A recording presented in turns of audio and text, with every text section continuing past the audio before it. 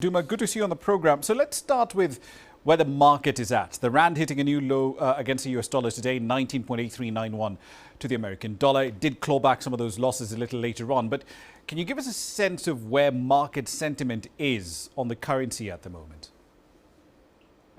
I think South Africa is in its worst economic crisis since 1994, when Nelson Mandela became president. We have had 15 years of no growth in GDP per capita.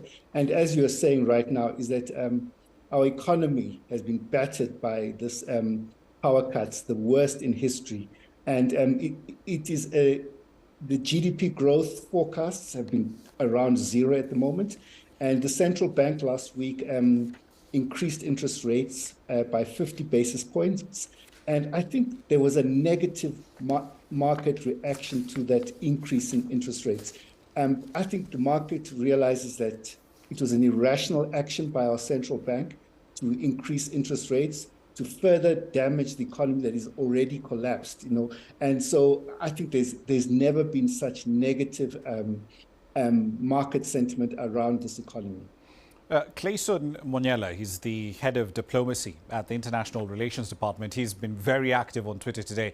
And in fact, he's arguing that, whatever diplomatic immunities have been granted to those coming in for the BRICS summit later on, of course, I believe it's going to be in August, quote, do not override any warrant by any international tribunal, end of quote. But does that clarify really what South Africa will do in the event that Vladimir Putin decides to attend the BRICS summit in person?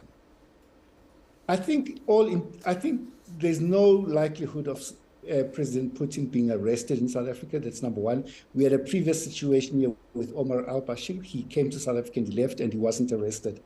So that's number one. Number two, I think the spat with Russia, I think our central bank is dangerously moving into the political arena. It should stay in its lane outside of political arena, because South Africa's neutral stance towards the war in Ukraine, I think, is popular in South African society.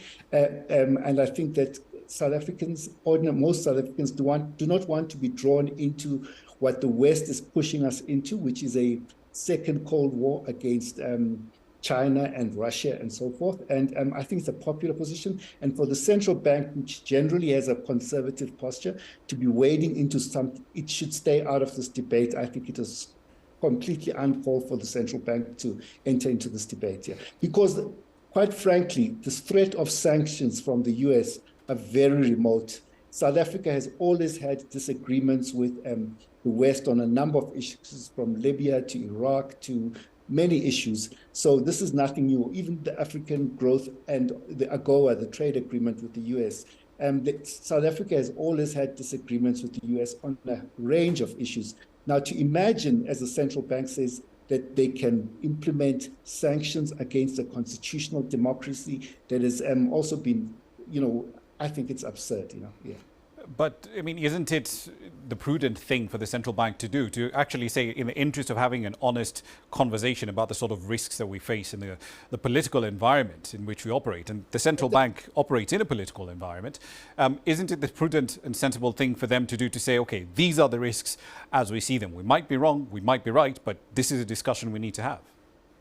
But for them to be spreading alarm and alarmist statements, I think it's totally responsible by the central bank. And you must remember that the central bank's decision to increase interest rates was deeply unpopular in South Africa. It had a negative market reaction last week when they increased interest rates. I think, quite frankly, I think the central bank is out of touch with South African people. And many people have been calling for, a change of regime at the central bank as well. So I don't think this is a credible central bank anymore.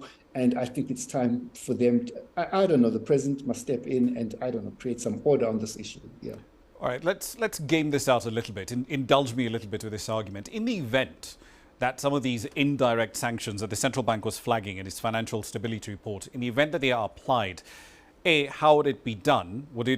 Are we looking at a swift cutoff in a manner similar to what we saw with Russia? And B, are we seeing any evidence that some banks are already sort of trying to de-risk themselves from wider exposure to South African institutions and South African assets?